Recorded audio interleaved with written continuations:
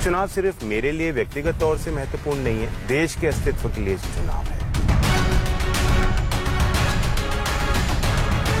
चाहे जो चुनाव का रिजल्ट आए, आप भाजपा नहीं ज्वाइन करेंगे? मैंने बहुत सोच समझ के निर्णय लिया।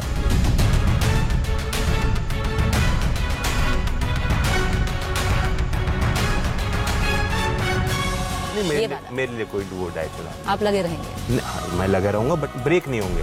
ब्रेक नहीं होंगे।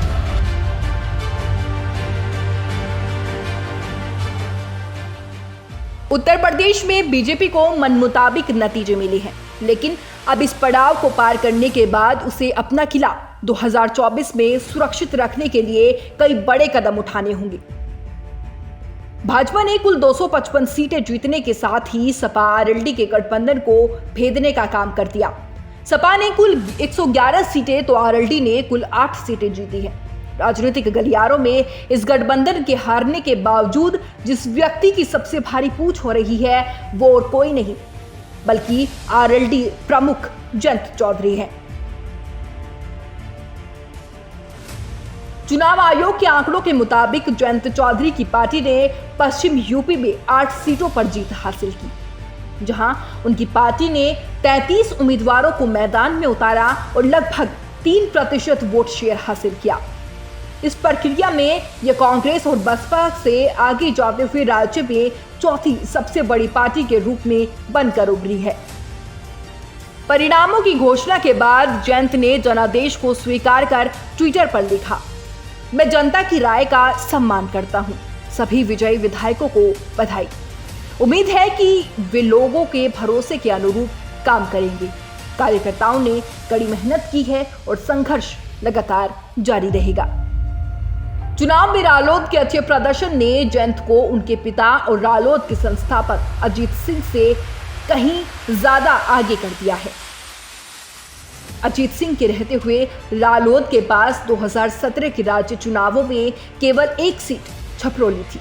हालांकि 2021 में कोविड के कारण उनके निधन के बाद जयंत ने पार्टी की बागडोर संभाली और इस एक के आंकड़े को 8 सीटों की ओर बढ़ा दिया। राजनीतिक विशेषज्ञों का मानना है कि अजीत सिंह के साथ रालोद ने आत्मसमर्पण कर दिया था, लेकिन जयंत ने सुनिश्चित किया कि पार्टी जीवित तो रहे ही और उसका उद्धार होने के साथ राजनीतिक रूप से फले फूले भी। सपा प्रमुख अखिलेश यादव ने अपने गठबंधन सहयोगी के तौर पर जयंत की पार्टी रालोद को जोड़ा। ये जमीनी हकीकत है कि जयंत एक जमीनी और मिलनसार नेता है।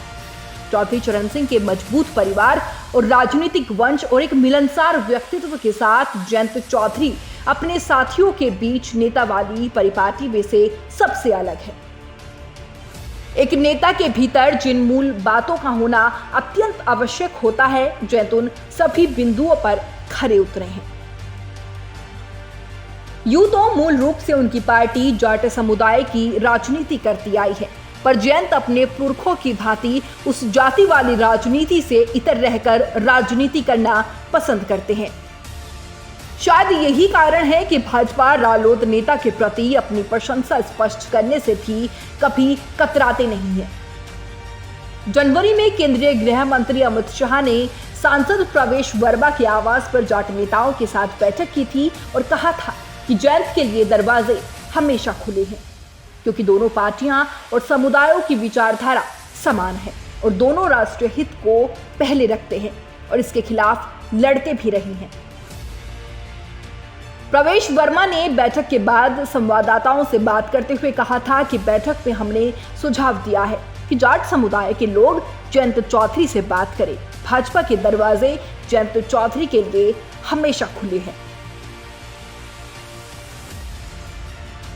बीजेपी और उसके शीर्ष नेता शायद ही कभी विपक्षी नेताओं के साथ ऐसे फूल बरसाते हों, लेकिन जयंत चौधरी एक अपवाद प्रतीत होते हैं।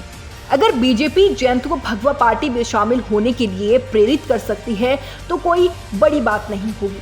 चुनाव के बाद भी दल इधर से उधर होते हुए आए हैं और ये एक धोखा नहीं बल्कि भविष्य के लिए किया जा रहा आज का निवेश होगा। विधानसभा चुनावों ने संकेत दिया है कि 2024 के आम चुनाव किस ओर जा रहे हैं। हालांकि अगर बीजेपी 2024 को पक्का करना चाहती है तो पश्चिमी उत्तर प्रदेश के 6-7 विषम संसदीय सीटों को जयंत के साथ गठजोड़ कर सुनिश्चित कर सकती है।